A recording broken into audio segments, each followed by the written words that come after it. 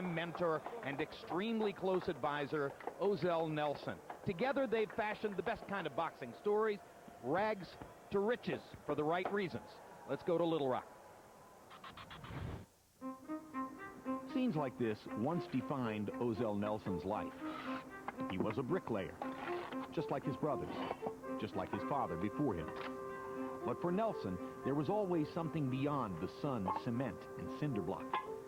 A different kind of craft he had always wanted to touch, but never could.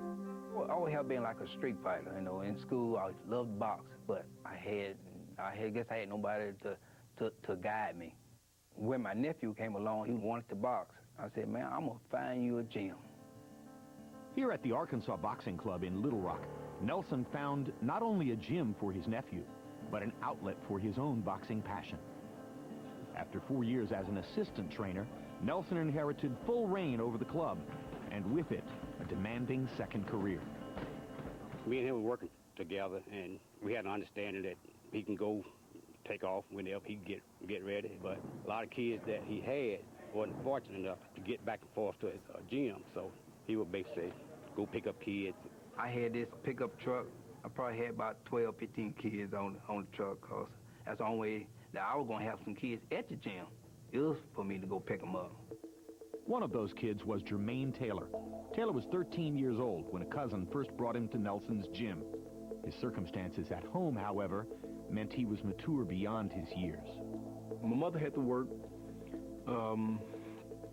Daddy wasn't there, so it was just me. I had to be the man of the house at an early age. But I didn't mind. I took care of business. I did what had to be done. I talked to his mother, and he said, Coach, I'm holding you responsible for my baby. And I said, okay. I said, I would take care of him. For Jermaine and the other kids at the club, Ozell's lessons extended far beyond boxing. I said, from now on, when y'all come down here, it's yes, sir, no, sir. And when you talk to anybody, I want to hear yes, sir, no, ma'am, yes, ma'am. If it don't, it's 20 push-ups. I don't care where we at. I start respecting him when, he showed me that he cared. He'll come get me wherever I'm at. He'll drive all the way, even though it's out of his way. He'll come pick me up. I ain't never really had no man really, step in my life. Kind of take over like that. Jermaine took to Ozell so quick because he needed a father.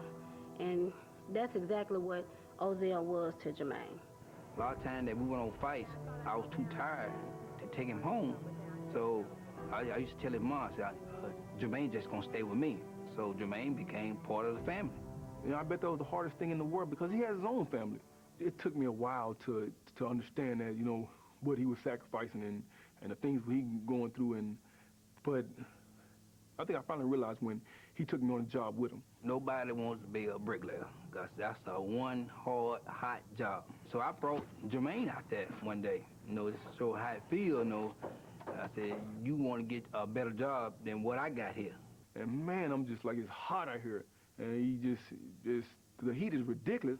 And Jermaine hauled up, Coach. He said, I'm ready to listen to you now, Coach. He said, what's that? He said, I'm ready to box. For Taylor, boxing was a way out from his often violent surroundings. When the summer came, we always shut our gym down because it was so hot. And Jermaine came to me. He didn't want to. He come out, saw him come with his head down. He said, Coach, you shut the gym down, I'm gonna get in trouble. I remember coming home from boxing practice, and a friend of mine got shot. Somebody got robbed. Somebody got stabbed. And I always told myself, that thank God for boxing. I was gone. And then he told me he was going to close down the gym. I was like, oh, man, it's over. I'm going to get in all kinds of trouble. So I said, Jermaine, I tell you what, I'm going to keep the gym open because I see something in you. It's kind of scary because he already knew it. He's seen it before. He told me all this was coming. He told me I was going to make the Olympic team. He told me I was going to be champion. And now it's just to where he like, I didn't think we'd go this far. We helped each other. I mean, it was something that helped me because it was something that I always had wanted to do that couldn't do. Jermaine Taylor's success means Ozell Nelson's days of manual labor are now a distant memory. He remains, however, Taylor's most trusted confidant, a former bricklayer who laid the foundation for a champion. I think it's a blessing that God sent this kid into my life, and I guess I was sent into his life. The Youngstown crowd, and probably to a certain degree the New Jersey Atlantic City crowd, expressing their disapproval of Taylor. Bad intentions become a bad reception, and you can almost hear Emmanuel Stewart saying, Jermaine, put it to work, baby. And I can feel for what Emmanuel's saying right now. He means business, and he's telling Jermaine that let's go do this. According to the promoters, about half the crowd, or 5,000, is from Youngstown, a 6.5-hour drive from Atlantic City. About a quarter of the crowd is from Arkansas, and the other quarter is just us boxing degenerates. Tale of the tape coming up in a moment for Jermaine Taylor against Kelly Pavlik as you look at the last 3 appearances, or 3 of the last 4 appearances, or 4 actually of the last recent appearances for Taylor in the ring. That was a list of 4 fights counting the 2 wins over Hopkins, the draw with Winky Wright, hotly disputed draw. A lot of people thought Wright deserved the victory. And then Taylor's lopsided decision over Kasim Uma, which impressed few, and his lopsided decision over Corey Spinks, which impressed almost no one. They fought each other in the Olympic trials in the year 2000 when Jermaine was 4 years older at age 21. Now he's 29, and Pavlik is 25. Kelly was only 17 when they met as amateurs. A 1-inch height advantage for Pavlik. Jermaine Taylor has never as a professional been in the ring with someone who lists taller than himself. Arm length advantage of 1 inch measured from the armpit to the end of the fist for Pavlik. They both weighed in at or slightly under the 160-pound limit. Unofficially tonight, Taylor up to 166, Pavlik to 168. They both appeared to be in spectacular shape. Rules of the bout with our unofficial ringside scorer, Harold Letterman. The Jermaine Taylor Kelly Pavlik fight is scheduled for 12 rounds using the unified rules. There is no 3 knockdown rule. Only the referee can stop the fight. In case the cut is caused by an accidental headbutt, we go to the scorecards after 4 rounds have been completed, and you cannot be saved by the bell in any round, including the 12th and final round. There's a lot of excitement in the house, Harold. Thank you. Let's go to Michael Buffer for the official introduction. Ladies and gentlemen, yes, we are starting now by way of Caesars Atlantic City. Cabela Entertainment, in association with Top Rank Incorporated, are proud to present the main event of the evening. 12 rounds of boxing for the universally recognized middleweight championship of the world. Sponsored by FreeTheFan.com, the best place to talk about sports, sanctioned by the New Jersey State Athletic Control Board Boxing Commissioner Larry Hazard Sr., Chairman Tony Orlando, the World Boxing Council President Jose Suleiman, and the World Boxing Organization President Francisco Paco Barcarcel. At ringside, the 3 judges scoring this bout on the 10-point system from Italy: Guido Cavalieri. From the United States, Julie Letterman. From the United States, John Stewart. And inside the ring, your referee in charge of the action at the bell, Steve Smoger. And now, undefeated challenger versus undefeated champion. Somebody's has gotta go. Ladies and gentlemen, let's get ready to rumble!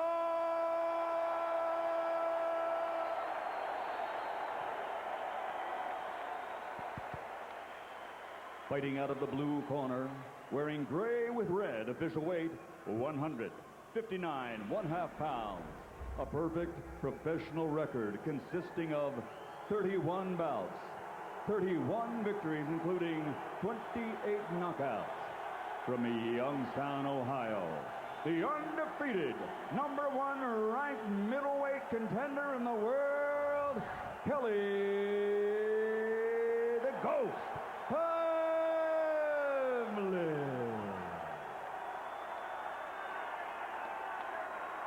And fighting out of the red corner, wearing white with razorback red trim, official weight 159 pounds.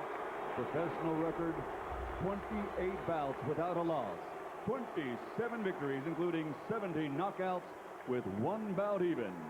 He's the fighting pride of Little Rock, Arkansas, the universally recognized, undefeated, reigning, defending, middleweight champion of the world, Jermaine Bad Intentions Hill.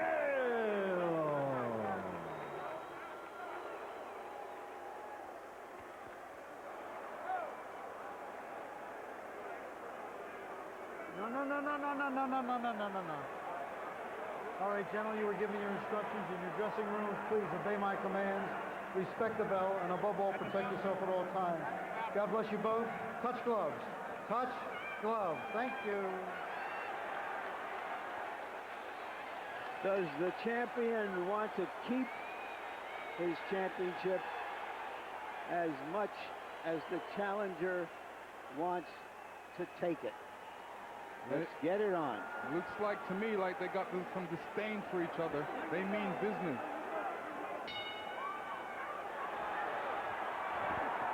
Jermaine Taylor comes out with a big right hand over the top. Referee Steve Smoger, veteran from the Upper East Coast, is known as a puncher's referee. He will let the damage ensue. Kelly Pavlik says he's going to throw 80 to 100 punches per round. And Jermaine Taylor is landing early, getting off faster than Pavlik at the beginning. Good hard jab by Taylor, who said that he's going to reinstitute his jab in this fight, saying that he realizes it hasn't been as good in recent fights as he needs it to be. Taylor sticking his jab in. Pavlik sticking his jab into Taylor's face now. Jermaine missing with a right hand over the top that was designed to do damage. See, Taylor right now, he needs to focus on stopping Pavlik's jab because he's getting through with his jab, and he has to realize there's a size difference, so he's going to have longer arms, so he's got to prepare for that. Go punch, step. Hands up. Nervous energy being expended here now.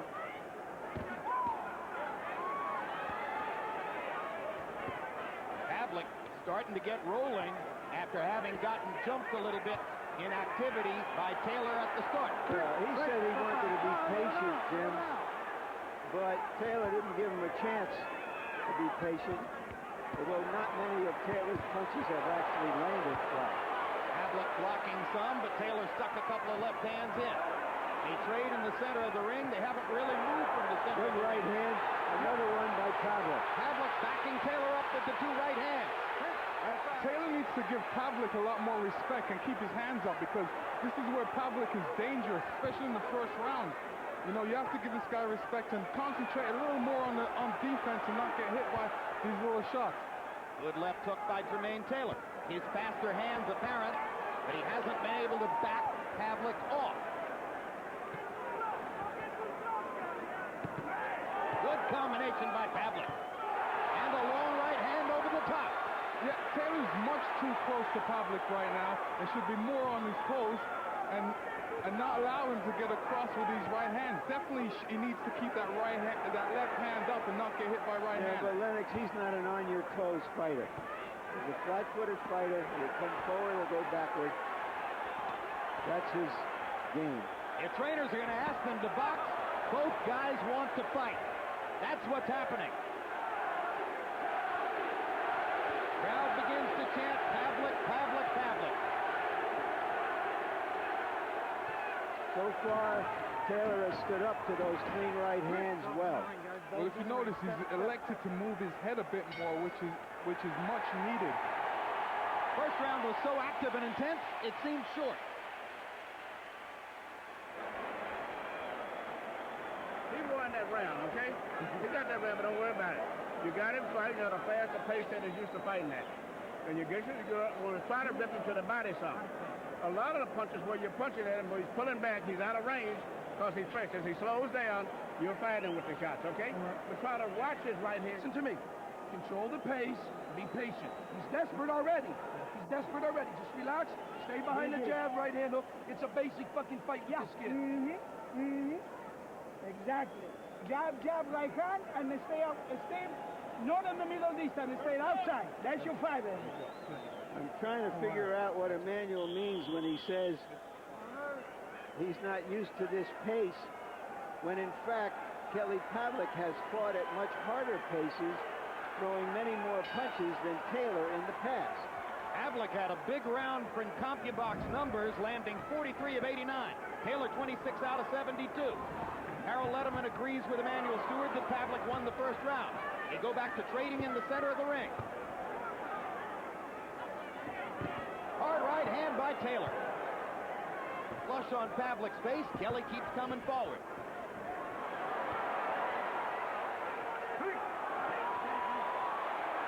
They broke themselves up.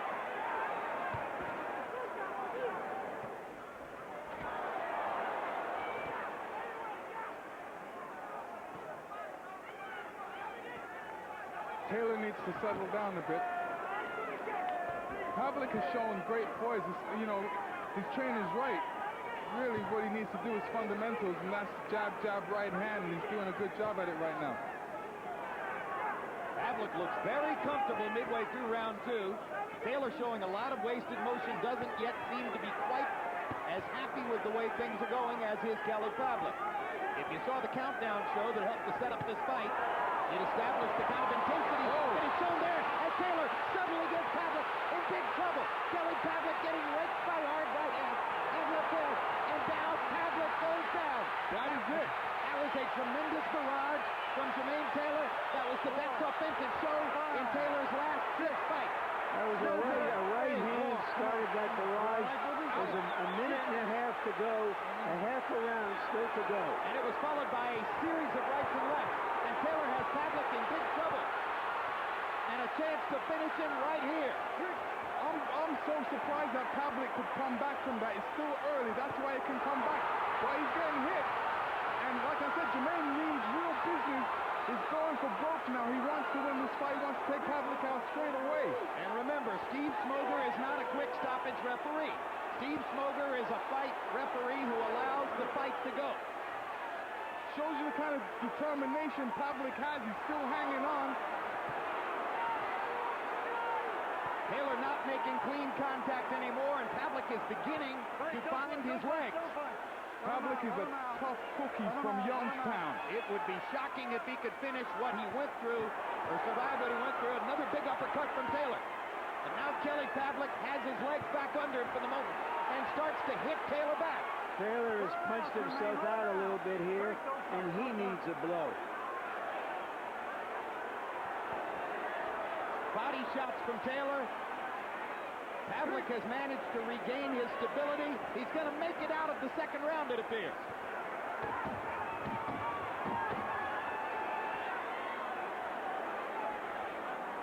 What an assault and what a survival.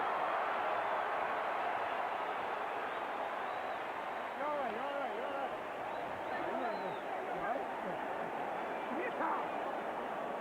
Let me take a look at him. You're all right, you're all right. You're all right. Yeah? Okay, let me see. Good shot. He's all right, yeah, it's not bad. It's okay, he's okay now. He's okay. All right. How you doing, man? You back with us? I'm good. Okay, okay. Come after you. Just caught you with stupid shit. Stay on that double fucking job. And this is the punch that really hurt Pavlik.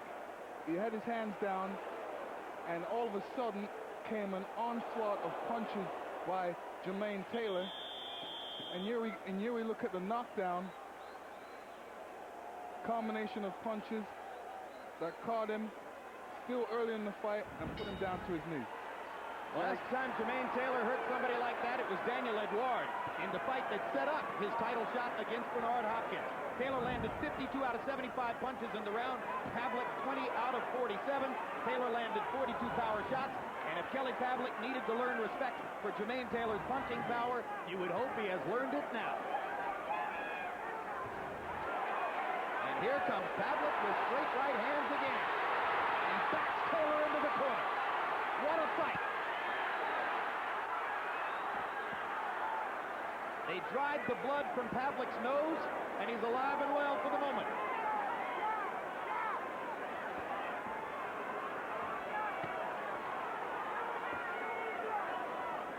Jack Dempsey said that champions get up when they don't think they can. So do challengers. Step, step, step.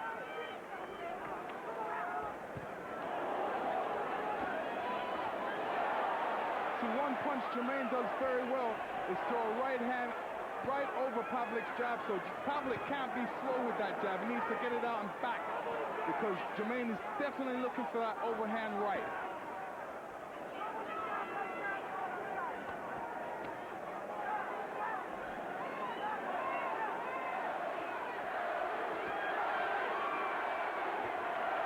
This is a gutsy round for Pavlik so far. If he can win this round, it would make a big statement. He shows that he still believes he's the offensive force in the fight. He goes forward intrepidly into the haymakers and the windmill of Taylor's fast hands. Push him off, Phil. Push him off. Hurry!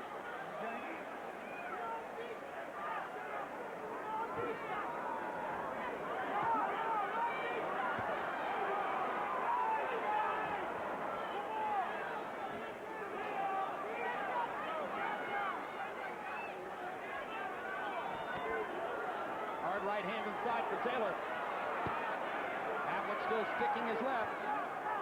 Pavlik has tactically controlled this round, and now he lands a big combination and backs Taylor off.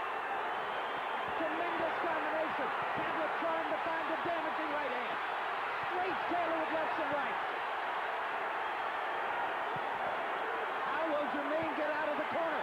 Takes the thudding right hand. Blocks another shot and another booming right. And now Taylor rips it with a left and a right. Step out. Step out. Pavlik never really caught Taylor with any flush shots, though, but he did give him a lot of punches in there. Something to think about.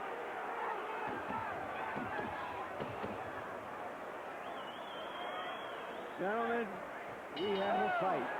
Taylor had a big rally, but Pavlik, for the most part, controlled the round. Immediately following Boxing Tonight, countdown to Pacquiao Barrera 2. Our documentary-style look at both superstars, heroes in their native countries. October 6th on HBO pay-per-view. Next Saturday night, the live fight. Manny Pacquiao against Marco Antonio Barrera in a rematch of their meeting 4 years ago, which Pacquiao won by spectacular knockout. Run out of gas and you're in the catching, okay? Come on, man. You got to stay off the road, baby. Stay off the road. Stay off the road. Stop it. There ain't no staying the count. If he stops it, it's over with. You can't let him get too many punches off. If not, just tie him up. But don't let him get too many shots. And here's Pavlik catching Jermaine with a body shot, which kind of slowed him down and surprised him for a moment. And after that, a rally of punches.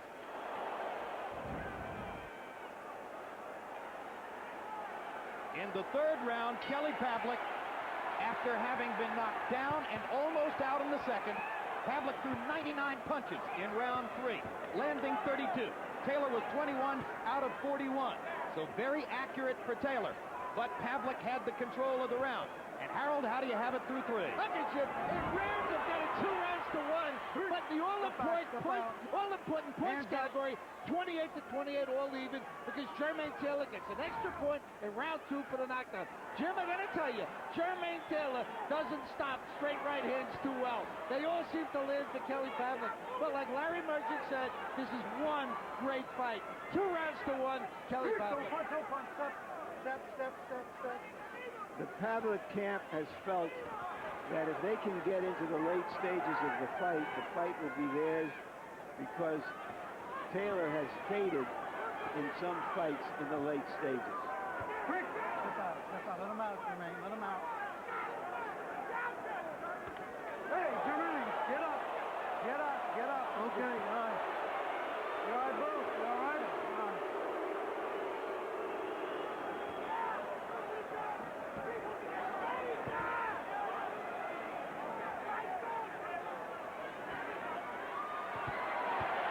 Once again, Taylor backs into a corner and Pavlik takes advantage.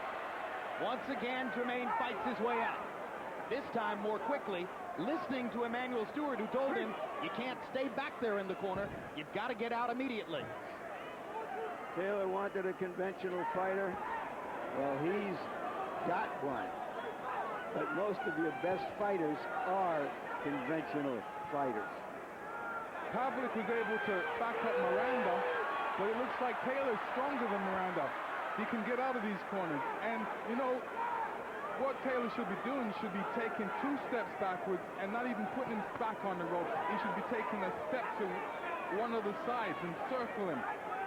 But Taylor fights better going backward than Miranda did, so that's not a problem for Taylor, taking a step back and then a step back in. Hands up, hands up.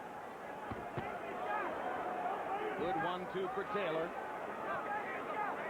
Neither fighter has been very liberal with body punching so far, but to the degree that either man has landed to the body, it's Kelly Pavlik with dropping right hand.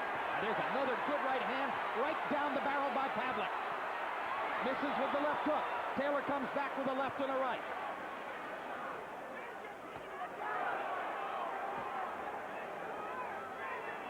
Jermaine Taylor was abused in the corners by Winky Wright in their controversial draw in Memphis. Tonight, when he gets into the corners, he's fighting his way out in a hurry. There's a huge left hook for Jermaine Taylor in the center of the ring, and his faster hands are still apparent as we reach the end of round 4.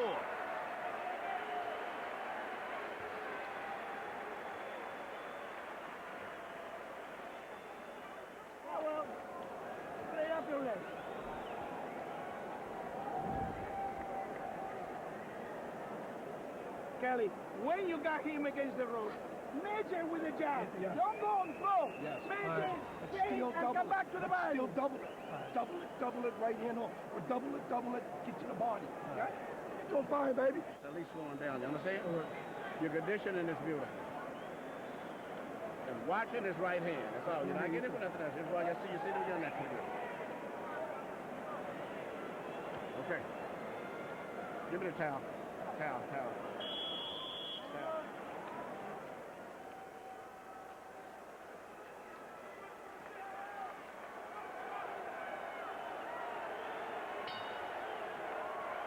Not many jabs in the fight. Through round 4, Taylor 14 out of 29, Pavlik 9 out of 35. Pavlik slowed down a little bit in round 4, throwing only 66 punches. But once again, Harold Letterman gave Pavlik the round. Generally speaking, he's been able to back Taylor up with his right hand more frequently than Taylor backs him up.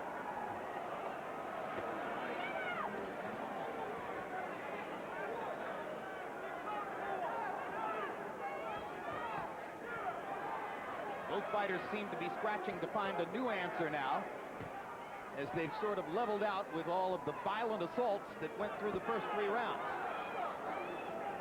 A little bit more of a boxing match now than was the case early on, Lennox. Well, and that appears to be in Taylor's favor, isn't it, Lennox?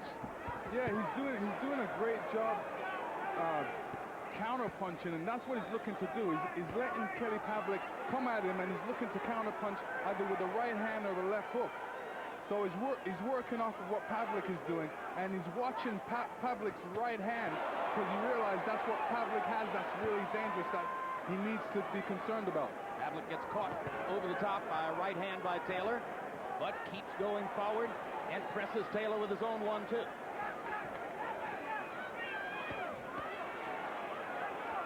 I see Pavlik blocking most of Taylor's punches because they're wider punches, and he has his arms and his gloves up properly. That one got through. Well, Taylor has that explosive power that can stun you with a punch, and that's what makes him a good fighter as well, because he's able to explode off a punch, hurt you, and then react off of that.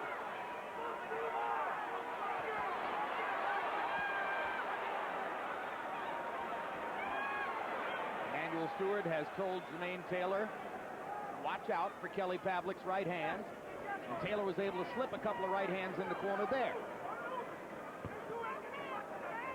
You know, we've never seen Taylor been hit by many clean, hard punches. He's taken the punches exceedingly well from a puncher in this fight. Trickle of blood from Kelly Pavlik's nose. Pavlik sticking the jab, getting more effective in this round with the jab, as has been the case before. Taylor comes back, double jab of his own. Body shots by Pavlik as Taylor comes inside. Step out. These rounds are going fast. The intensity of the action carrying us along. 5 rounds in the books already. And the bell sounds here in a matter of seconds. Hard right hand just after the bell by Taylor, and Pavlik reaches out and touches gloves. Working the show now. You won that round. Give me some ice over here on the side over here. Okay? You won that round. Put it back. He's fading. He's fading fast. Get working your golden left arm. Just get to working it, working it, working it, working it. And then when the shots come in, he won't see it. And that was good. After you let him shot all his punches, you finished up cutting back, okay? He's good. Mike Pavlik, Kelly's father, here from Youngstown. His mother simply will not come to any of his fights. In fact, she's never watched one of his fights all the way through. Says it makes her too nervous. Not something she can enjoy watching. Mike is a big, broad, solid, Youngstown, Steeltown kind of a guy. Kelly favors his mother. Long, lean. This must be a pretty good fight, Jim. I've already got 5 dots of blood on my shirt. And it's Pavlik's blood. Pavlik begins the 6th round searching for a body shot. Harold Ledham agreed with Emmanuel Stewart that Jermaine Taylor won the last round. Pacquiao Barrera countdown coming along immediately following this telecast. Start to get ready for next week. Good left hook by Jermaine Taylor, sneaks past Kelly Pavlik's right-hand guard. Good body shots by Taylor there. Probably the 2 best body shots of the fight. Now another left hand lands flush. Pavlik nodding his head as if to say, okay, you're getting through. Now eat my right hand. And you know, I haven't seen Pavlik go for the body yet. He's just been headhunting, and maybe he should mix up the punches a little. There's a body shot with the right hand. He needs to mix up the punches. I think that right hand about 15 seconds ago got Taylor's attention. No question. That's why he backed into the corner. Taylor comes back firing with the left again. You heard Emmanuel Stewart say, keep working that golden left. They want to win the fight with the jab and the hook. Pavlik gets in a straight right again. Keeps coming. Pavlik's nose is bleeding a little bit, and what that does, it can bother you a little bit because it bothers your breathing. You can't get enough oxygen. Now you have to open your mouth to breathe through your mouth, so you can see Pavlik's mouth open a little bit, trying to get more oxygen. Pavlik seems to be winning the boxing contest right now. He didn't in the last round, but this time he's more resolute and coming more straightforward. More jabs means better boxing. Step, step, step. Spoke to a member of Kelly Pavlik's entourage this afternoon who said the worst thing that could happen to us is if Kelly breaks his nose and has trouble breathing in the fight. Not, of course, that Kelly breaks his own nose, but that Jermaine breaks it with a punch, which is probably what's happened here if it's broken. Certainly it's bleeding. No. That's it, open. Out. That's it, good. Good left hook by Taylor at the end of that combination. So far, this is a relative calm after the storm of the first 3 rounds. Big right hand upstairs by Taylor. Momentarily backs Pavlik off as Kelly was attempting another combination assault. When Jermaine Taylor hits the ropes, it's like something goes off inside his head and said, this is the time to fight. You're exactly right, Lennox. That is what he's done throughout his career. When he is attacked, he goes to the right ropes and then stands and fires back.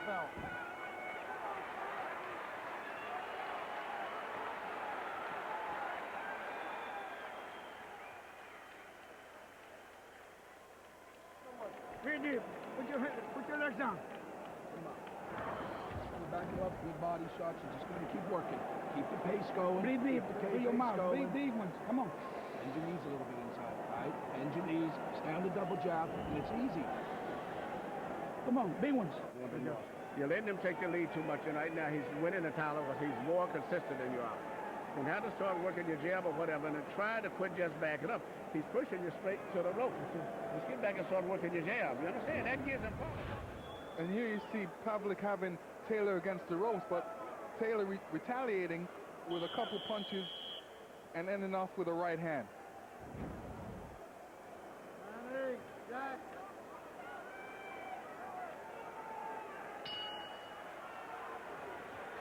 We are halfway through the scheduled 12-round fight. Average punches per round so far, Pavlik 29 out of 74, Taylor 29 out of 59. Harold Letterman, how do you have it on the scorecard? 4 rounds to 2, 57, 56, Kelly Pavlik. Jim, I think that his aggressiveness is winning the fight. I mean, moving forward, landing those good, straight, hard right hands. Jermaine Taylor, beautiful job of boxing to win round 5. He gets an extra point in round 2 for the knockdown. The fight is very, very close in points. 4 rounds to 2, Kelly Pavlik. I have it 3 rounds apiece, which means a 1-point lead for Taylor.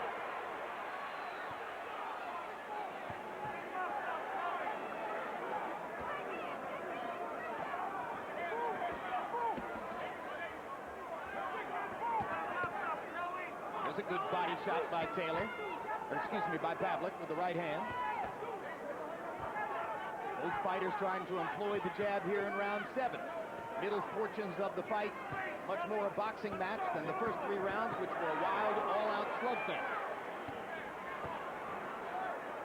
And contrary to expectations, we're seeing Pavlik winning the jabbing contest. Longer. Steps forward.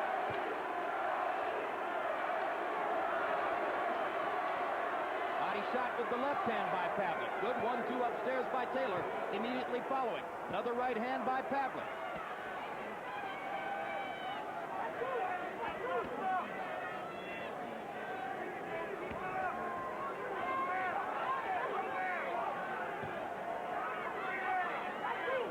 Pavlik said he didn't think that Taylor liked to get hit. Nobody likes to get hit, but Taylor has taken those hits. Taylor said that he didn't think Kelly Pavlik is much. And then Taylor is good. Left hook. Drops Taylor. Taylor. Uppercut has Taylor in big trouble. Down goes the man. And we have is going to stop the fight. That is correct. There's a brand new middleweight champion. He's from Youngstown, Ohio. What a knockout assault. Muscle memory strikes again. Unbelievable. I don't know where that shot came from, but it definitely hurt Jermaine Taylor.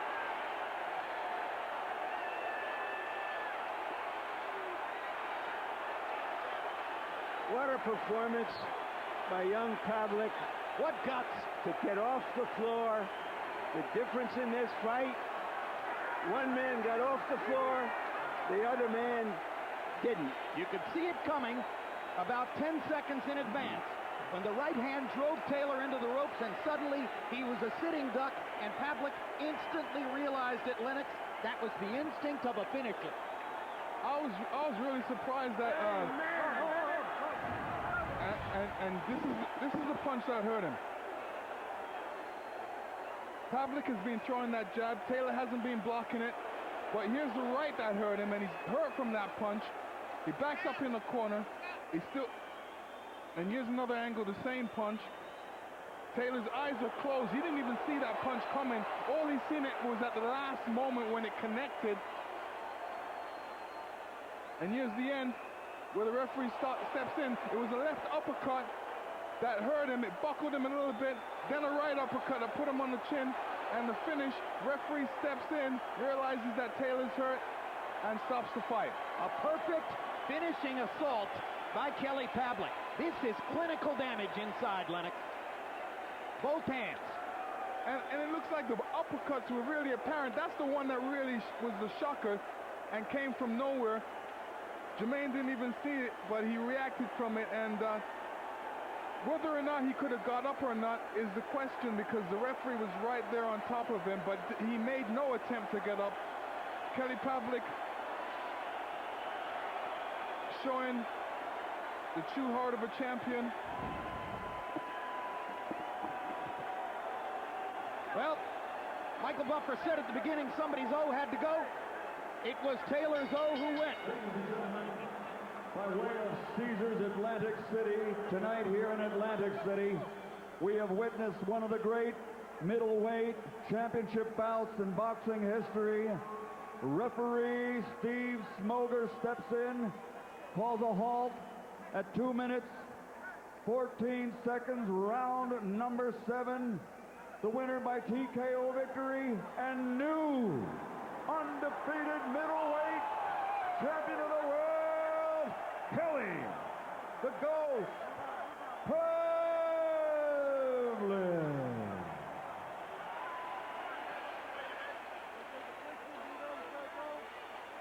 Very few picked him to beat Edison Miranda earlier this summer. He put Miranda away in 7. Jermaine Taylor was an 8-5 favorite tonight. He put Taylor away in 7. Kelly Pavlik has put an imprint on the middleweight division that will not soon be forgotten, and Jermaine Taylor has already left the ring. Kelly Pavlik came off the floor and came back. When that happens, when you put a guy down and he comes back and you hit him with everything, and all of a sudden he comes back and he's still coming and throwing punches, that's got to do something mentally for you. And what it did for Jermaine was like he had to say to himself, this guy's still coming, he's still here. Final CompuBox numbers. Taylor and Pavlik landing an almost identical number of punches. Taylor landing at a higher accuracy rate. Pavlik showing the will, as he insisted he would, to throw more punches as the fight went on. Power shots. Jabs first. Taylor landing 77 of 207. Pavlik 80 out of 250. They were both dedicated to using the jab. Pavlik's jab was stiffer and longer and controlled more space. And most importantly, as the rounds went on, Pavlik's jab began to set up his power shots until he landed a barrage in the 7th round that closed the show, ultimately landing 100 out of 210 power shots against Taylor, who had a sensational statistical night, landing 65% of his power shots. And incidentally, Larry Merchant, if you're listening, the judges had it 58-55, 59-54, and 58-55, all for Jermaine Taylor. So Pavlik was down 3, 3, and 4 points on the scorecards when he knocked Taylor out. Larry? Thank you very much, Jim. Congratulations. Kelly, how close were you to being knocked out in the 2nd round? I ain't gonna lie, Larry. He caught me with a good one. Obviously, it took the legs from me. You see the way I went down, obviously, and I got back up. It was still a little shaky, but being there with Jermaine, I can't punch like a mule. He's a big natural middleweight, so I did whatever I possibly can to survive the rest of that round. Describe what you see. I see him hit me with a lot of punches. But we sat there, we got through it. We, showed that we have a lot of heart, and he hit me. When I got back up, he hit me some, a couple other hard shots that I got through. But first, I'd like to thank the Lord, God himself, and especially with everything of my daughter back home. And the fans of Youngstown, baby! Kelly, at that moment when you were down, give us your thoughts. Give us your thought process. I came all this way to be knocked out in 2 rounds. How do I get out of this? You really want to know what I thought? Yeah. Shit, this is going to be a long night. But you know what? We dug through it. We did it against Zuniga. Taylor can hit. He's fighting slick veterans, smaller guys, but they could slip punches. He caught me flush, and he's a big kid. I went down, but I showed the heart, and once I got back up and got the cobwebs, I shook them off. I knew I was going to be in for a good night. When in the middle rounds it was a boxing contest, which seemed to favor his style, were your thoughts to get into the later rounds because you thought you would prevail then? Yeah, first of all, I throw a lot of punches around. The later the fight went, the better I felt. I throw a lot of punches around. I average a lot. But boxing-wise, I thought I boxed just as good though. Throughout the middle rounds. I mean, jab for jab, I was right there with him. I thought, but great fighter. Strong as a mule. I beat the man. I'm just happy. Go home, thank God, and be with my daughter and family. You hit him a lot of punches in the early rounds. What was different about the 7th round? I just think it was a total of accumulation of punches. He could take a hell of a shot, which he showed during this fight. But I just think it was an accumulation of punches. I hit him with a lot of flush shots that he took, and eventually I think it just caught up in the 7th round. All right, we'll have you describe the beginning of the end and the end of the end as soon as we can run these pictures up. Tell us. That right there was a straight right hand. It's been finding its mark all night. And right there, he kind of had his body turned with his chin straight, you know, right for my right hand to land. And I just followed right back up. That's one thing I do have good, I get myself confident on, is the finishing touch. You know, I always find a way to finish it. Was it fair to say the difference in the fight is that you got up and he didn't? Well, I got up because I didn't get hit as hard. But, you know, I just showed hard. And Jermaine, hey, you know, that was just some brutal shots. If he could have got back up, I'm sure he would have. Did you realize you were behind in the fight? I did not know that. Was I? Yes, you were. I thought I was winning the fight. But you know what? That's something I got to go home and watch the film, and chances are I'll sit there and say I was losing some of the rounds. Describe to us what your feelings are coming from Youngstown.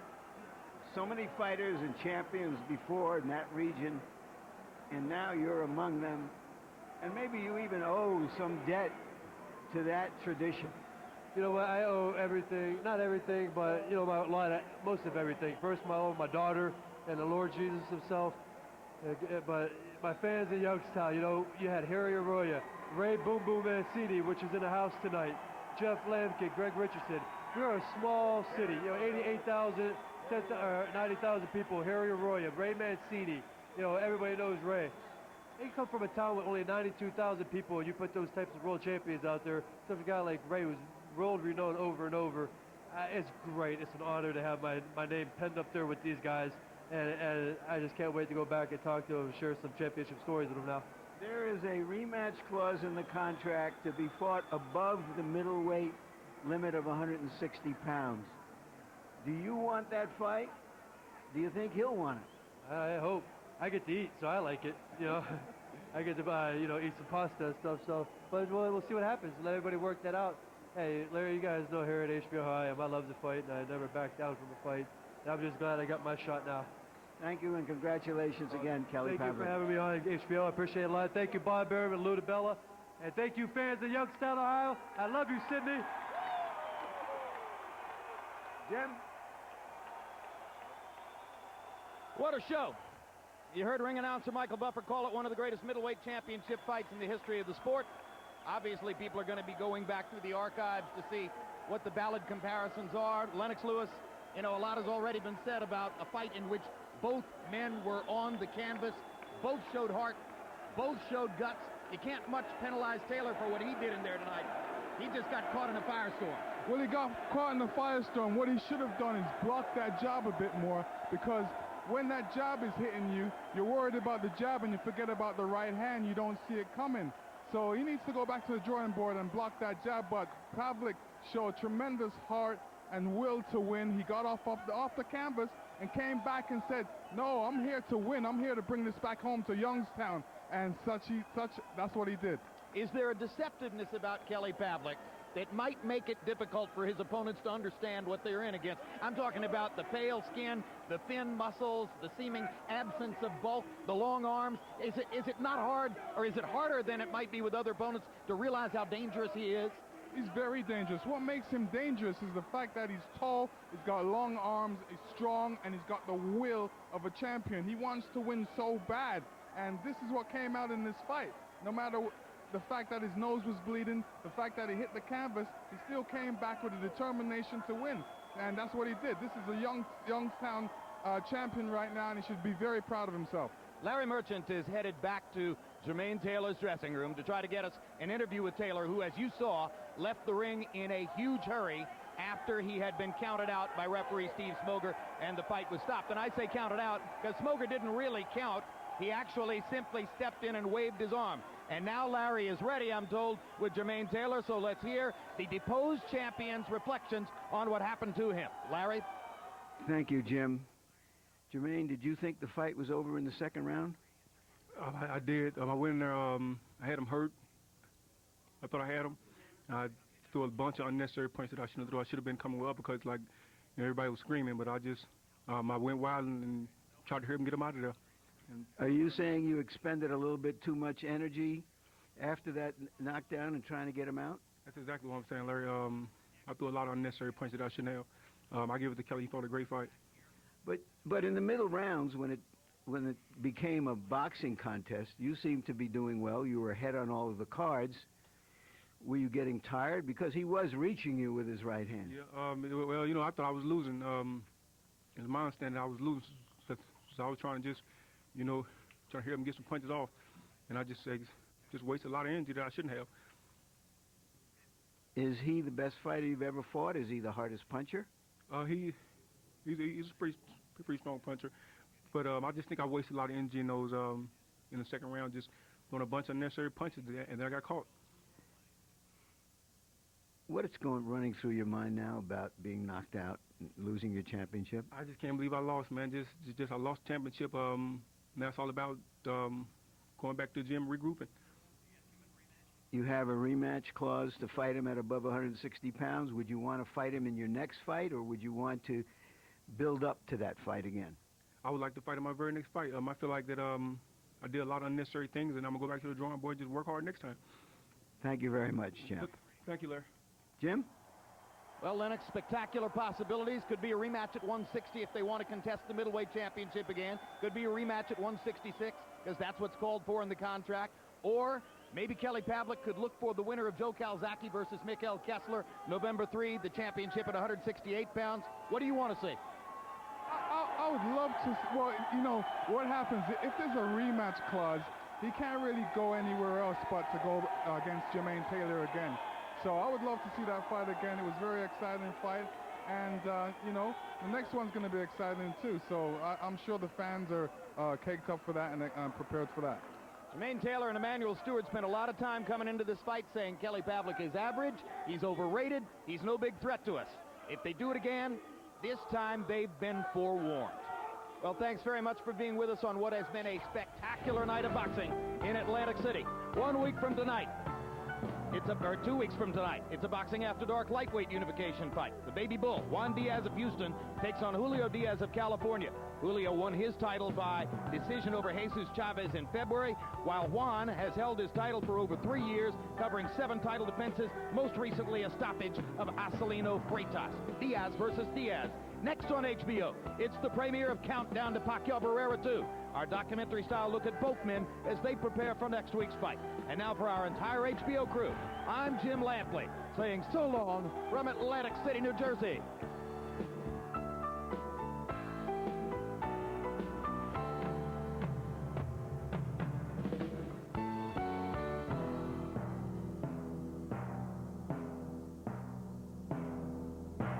This has been a presentation